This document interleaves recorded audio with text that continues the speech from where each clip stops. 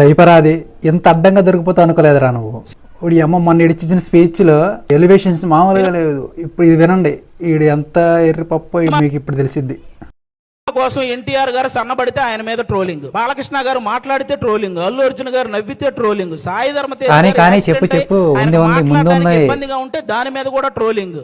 అరే మనం బయట దేశాలకు వెళ్తే జస్ట్ మనం బాహుబలి అంటే గానీ ఓ మీరు ఇండియనా అనే పరిస్థితి ఉండదు. అలాంటి ప్రభాస్ గారి లుక్స్ మీద ట్రోలింగ్, రామ్ చరణ్ గారు చిక్రీ దేశాలలో కూడా రీల్ చేస్తారు.